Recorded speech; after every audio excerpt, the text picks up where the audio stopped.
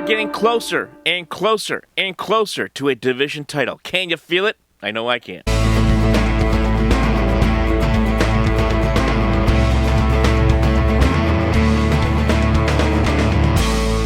Welcome aboard, everybody, to the Sports Talk Nation. Michael Cohen here with you. And yes, we are finally back doing some baseball here on the Sports Talk Nation. The New York Mets, the New York Yankees, both playing good baseball right now and both closing in on division titles. Yankees could have their division title wrapped up by the time you see this video. They could do it later tonight against the Toronto Blue Jays. The Mets, they are inching closer and closer to their first division title since 2015. We now have the setup for this entire week, folks. We've been waiting for this week for a long time, and really, the last several weeks. And one of the reasons why I didn't want to jump on the last couple weeks and do a video, I wanted to do one after that Dodgers series where Mets took 2 out of 3. But then things started to, crumble a little bit. Teams started playing poorly.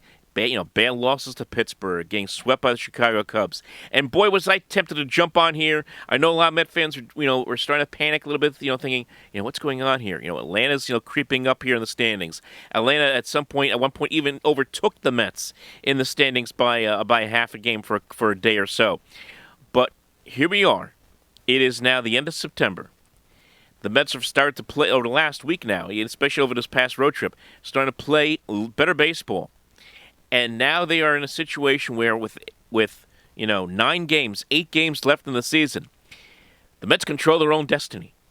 Game and a half ahead of the Atlanta Braves.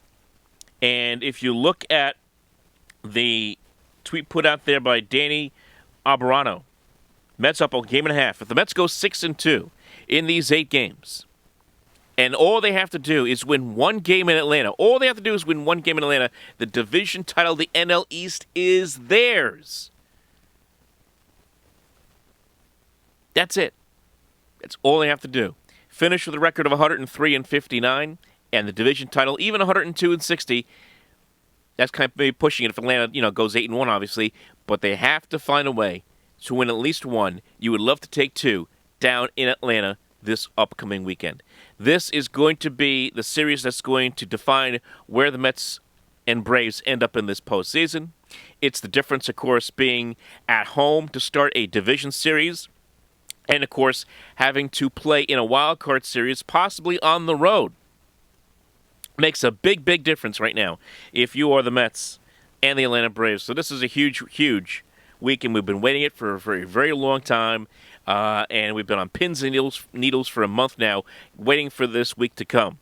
And now it's here. Now, what's going to scare you about this series against Atlanta is this is a team in the Braves that knows how to get this job done. They know how to win. Of course, they are the defending World Series champions for a reason. But throughout this time, throughout this season, and really over the better part of the last couple of months, whenever the Mets win, Atlanta seems to win, and they always seem to find ways to keep pace with this Mets team. And now, for the first time since early August, now that these two teams are going to go head-to-head, and it's down in Atlanta, a place there, I know it's not Turner Field, but it's always been a place, always been a city that the Mets have had issues in. This will not be an easy series. This will be a tough series. And all the Mets have to do is, if they take care of business against Miami this week, win 1 game down there in Atlanta. You would love to get 2. Dansby Swanson's been turning it on lately. Austin Riley has been on fire all year. He has owned the Mets. He's owned everybody for that matter. 37 home runs this year. Matt Olson, Martin. They got a lot of guys that can hit the baseball and hit the baseball far. And I know the Mets have had success against them. 9-7 against the Braves so far this year in the regular season. But this is going to be the series that's going to determine who wins this division. It's going to be some tense games. I think we're going to see games that are going to be right there in the 9th inning that are going to be decided, virtually by, matchups like Edwin Diaz going up against Austin Riley.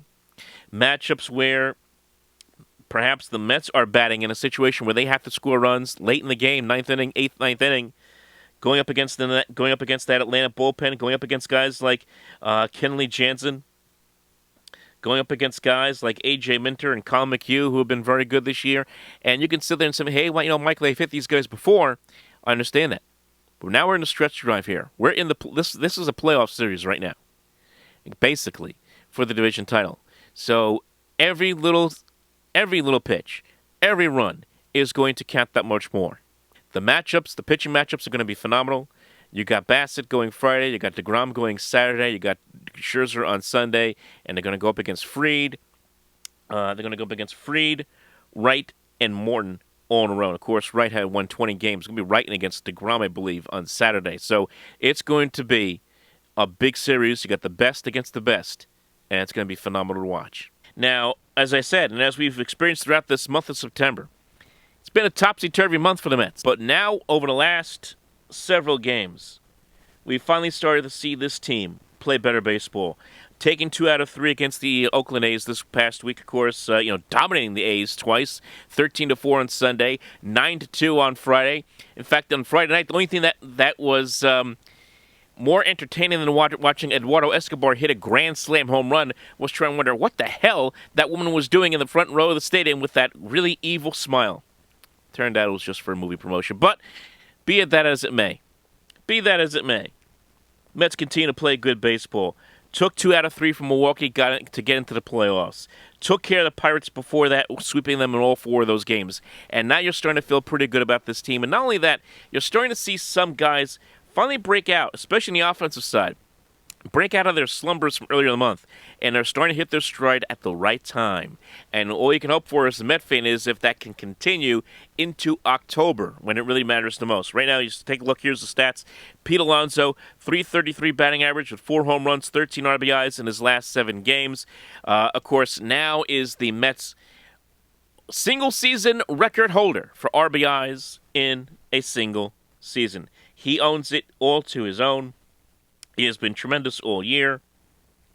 128 RBIs, 39 home runs, right up there with some of the best of them for the NL, at least the NL MVP race.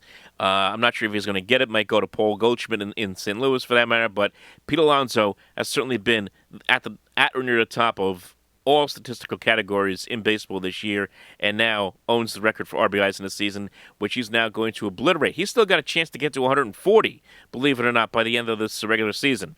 Then you have someone like players like Jeff McNeil, who's really started to get hot here over the last couple of weeks. In the last 15 games, hitting at .315 with 17 hits.